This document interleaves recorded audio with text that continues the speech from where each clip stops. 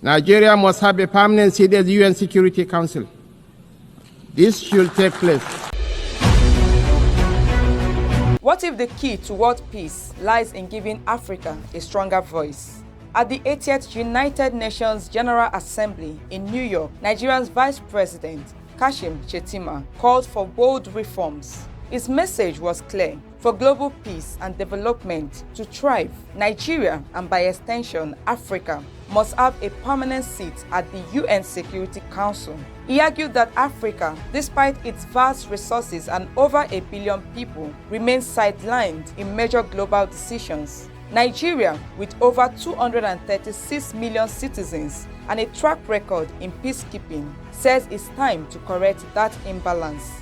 Shettima also pushed for urgent debt relief, fair trade access, and a future where artificial intelligence means Africa included, not excluded. Let's hear it directly from Nigeria's Vice President, Kashim Shettima, as he addressed world leaders at the United Nations General Assembly. It is therefore with profound humility that I stand before you today as Vice President of the Federal Republic of Nigeria on behalf of President Bola Ahmed Tinubu to renew this pledge on behalf of my country. Nigeria remains firmly convinced of the merits of multilateralism. But to sustain that conviction, we must show that existing structures are not set in stone. We must make real change, change that works, and change that is seen to work. If we fail, the direction of travel is already predictable. We are here to strengthen the prospects for peace, development, and human rights. Madam President, I want to make 4 points today to outline how we can do this. 1. Nigeria must have a permanent seat at the UN Security Council. This should take place. This should take place as part of a wider process of institutional reform. 2. We need urgent action to promote sovereign debt relief and access to trade and financing. 3. Countries that host minerals must benefit from those minerals. And 4th, the digital divide must close. As our friend the Secretary General has said, AI must stand for Africa included. On my first point, the United Nations will recover its relevance only when it reflects the world as it is, not as it was. Nigeria's journey tells this story with clarity. Military tactics may win battles measured in months and years, but in wars that span generations, it is values and ideas that deliver the ultimate victory. We are despised by terrorists because we choose tolerance over tyranny. Their ambition is to divide us and to poison our humanity with a toxic rhetoric of hate. Our difference is the distance between shadow and light, between despair and hope, between the ruin of anarchy and the promise of order.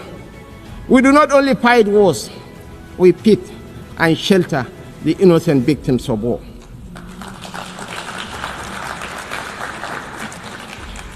This is why we are not indifferent to the devastations of our neighbors near and distant. This is why we speak of the violence and aggression visited upon innocent civilians in Gaza, the illegal attack on Qatar, and the tensions that scar the wider region. It is not only because of the culture of impunity that makes such acts intolerable, but because our own bitter experience has taught us that such violence never ends where it begins. We do not believe that the sanctity of human life should be trapped in the corridors of endless debate. That is why we say, without stuttering and without doubt, that a two-state solution remains the most dignified path to lasting peace for the people of Palestine.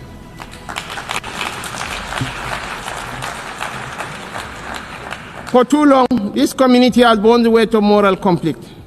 For too long, we have been caught in the crossfire of violence that offends the conscience of humanity. We come not as partisans, but as peacemakers. We come as brothers and sisters of a shared wall, a wall that must never reduce the right to live into the currency of devious politics. The people of Palestine are not collateral damage in a civilization searching for order. They are human beings. equal in worth, entitled to the same freedoms and dignities that the rest of us take for granted. We want to make the choice crystal clear. Civilized values over fear. Civilized values over vengeance. Civilized values over bloodshed. We show the opportunities that peace brings, just as the extremists hope to drive apart rival communities and different religions. We work through multilateral platforms within the rule of law to build the consensus and support that makes this immensely difficult and dangerous task that much easier. This is how we deny our enemies the space they crave to fuel tension and despair. It is our experience that this offers the best, perhaps only hope for peace, reconciliation, and victory for the civilized values of a shared humanity.